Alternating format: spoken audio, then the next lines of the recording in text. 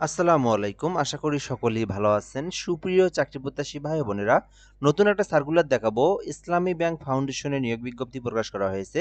তো এই সার্কুলারে কিন্তু আপনারা আবেদন করতে পারবেন। কিভাবে আপনারা কি করবেন, কতজনকে নিয়োগ দেওয়া হবে, কোন পদে আবেদন করবেন, বিষয়গুলো নিয়ে আমরা আলোচনা করব। ভিডিওটা শেষ পর্যন্ত দেখবেন। আর আমাদের এই চ্যানেলে আপনি যদি নতুন এসে থাকেন বা নতুন দেখে থাকেন, অবশ্যই সাবস্ক্রাইব করে রাখবেন। বাংলাদেশের সরকারি যত নিয়োগ সার্কুলার, সকল সরকারি নিয়োগ সার্কুলার আপনি এই একটা চ্যানেলের মধ্যেই পেয়ে যাবেন। সবার আগে আপনি পেয়ে যাবেন। এজন্য অবশ্যই আমাদের সঙ্গে সাবস্ক্রাইব করে যুক্ত থাকবেন।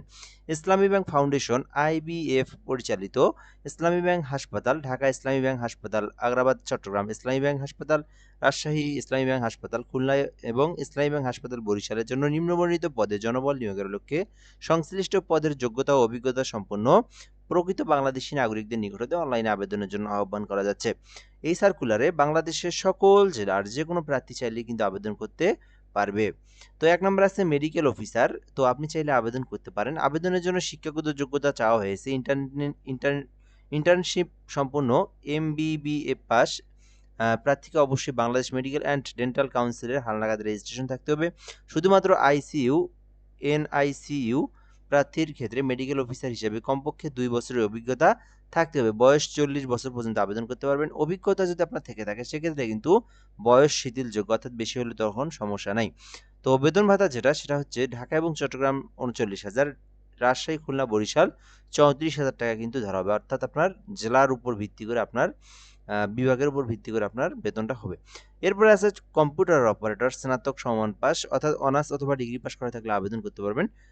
তারপর এখানে দেওয়া আছে ডায়াগনস্টিক ল্যাবরেটরিতে lab, ultrasonogram, echo, X-ray, endoscope ও কলোনোস্কোপ কম্পোজিং এর কাজের অভিজ্ঞতা থাকতে হবে। বয়স ৩২ বছর পর্যন্ত আবেদন করতে পারবেন। এটা হচ্ছে ঢাকা চট্টগ্রামে ২০,০০০ টাকা বেতন ধরা হবে এবং রাজশাহী খুলনাতে বরিশালে ১৯,০০০ টাকা বেতন ধরা হবে। আপনি চাইলে যদি কম্পিউটার সম্পর্কে যদি আপনার অভিজ্ঞতা থাকে, অর্থাৎ কম্পিউটারের অভিজ্ঞতা পাশাপাশি কিন্তু আপনার এই যে এখানে ডায়াগনস্টিকের বা ল্যাবরেটরিতে যদি আপনি কোনো কাজ করে থাকেন, দেন আপনি কিন্তু অ্যাপ্লিকেশন করতে পারবেন। ৩ নম্বরে আছে সহকারী সেলসম্যান ড্রাগ পুরুষ। তো আবেদন করতে এইচএসসি সমমান পাস থাকতে হবে। পাশাপাশি ফার্মেসিতে সি গ্রেড ট্রেড সম্পূর্ণ কোর্স থাকতে হবে। দেন আপনি কিন্তু অ্যাপ্লিকেশন করতে পারবেন। প্রার্থীকে অবশ্যই বাংলাদেশের ফার্মেসি কাউন্সিল হালনাগাদ রেজিস্ট্রেশন থাকতে হবে। সহকারী সেলসম্যান ড্রাগ হিসেবে ২ বছরের বাস্তব অভিজ্ঞতারও প্রয়োজন আছে। ৩৫ বছর পর্যন্ত আপনি এই সার্কুলারের এই পদে আবেদন করতে পারবেন। এরপরে সিকিউরিটি গার্ড আছে পুরুষ। এসএসসি পাশে কিন্তু আপনারা আবেদন করতে পারবেন। এসএসসি পাস এবং আনসার ভিডিপি প্রশিক্ষণ সার্টিফিকেটধারী হতে হবে। উচ্চতা ৫ ফুট ৪ ইঞ্চি হলে আবেদন করতে পারবেন। বুকের মাপ যেটা সেটা স্বাভাবিক থাকলে হবে, সমস্যা নেই। এবং বলা আছে যে সেনাবাহিনীর সাবেক জনবল এবং অভিজ্ঞতা সম্পন্ন প্রার্থীদের ক্ষেত্রে বয়স শিথিলযোগ্য। এরপরে ৫ নম্বর আছে ক্লিনার। আবেদন করতে এসএসসি সমমান পাশে আবেদন করতে পারবেন। সংশ্লিষ্ট বিষয়ে অভিজ্ঞতা সম্পন্ন প্রার্থীদের অগ্রাধিকার দেওয়া হবে। তো যারা ক্লিনারে আবেদন করতে চান করতে পারেন। তো এখানে যে বিষয়টা যেটা হচ্ছে আপনার শিক্ষাগত যোগ্যতা অনুযায়ী আপনি যে পদে আবেদন করতে চান সেই পদে আবেদন করতে পারেন। এখন আমরা দেখব আবেদনের যে শর্তাবলী কি দেওয়া আছে। কেবলমাত্র বাছাইকৃত প্রার্থীদের লিখিত পরীক্ষা সাক্ষাৎকারের জন্য ডাকা হবে। অর্থাৎ আপনি আবেদন করবেন, আবেদনের সময় আপনার সকল information, personal information, educational information দেখবে। দেখার পরে যদি আপনাকে সবকিছু ঠিকঠাক মনে হয় দেন সিলেক্টেড করে কিন্তু আপনাকে এসএমএস এর মাধ্যমে আপনাকে কিন্তু সাক্ষাৎকারের জন্য ডাকা হবে।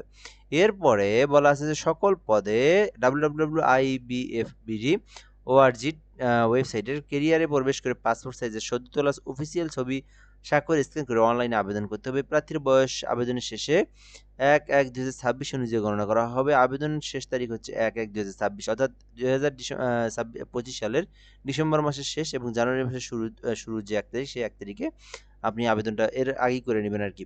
উল্লেখিত সকল পদে চুক্তিভিত্তিক ও স্থায়ীভাবে নিয়োগ প্রদান করা হবে। প্রতিষ্ঠানের নীতিমালা অনুযায়ী আলোচনা সাপেক্ষে বেতন ভাতা প্রদান করা হবে।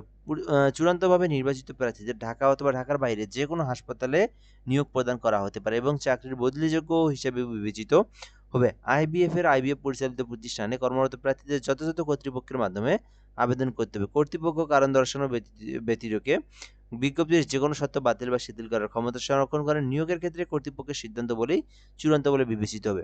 তো এটাই ছিল মূলত বিষয়। যারা ইসলামিক ফাউন্ডেশনে আবেদন করতে চান তারা কিন্তু এই সার্কুলারে আপনারা আবেদন করতে পারেন আপনার শিক্ষাগত যোগ্যতা অনুযায়ী। আশা করি আপনারা এই সার্কুলার সম্পর্কে বিস্তারিত বিষয় বুঝতে পেরেছেন। যদি আপনি এই সার্কুলার নিয়ে আরো কিছু জানতে চান বা জানার থেকে থাকে সেক্ষেত্রে কমেন্ট বক্সে কমেন্ট করে জানাতে পারেন।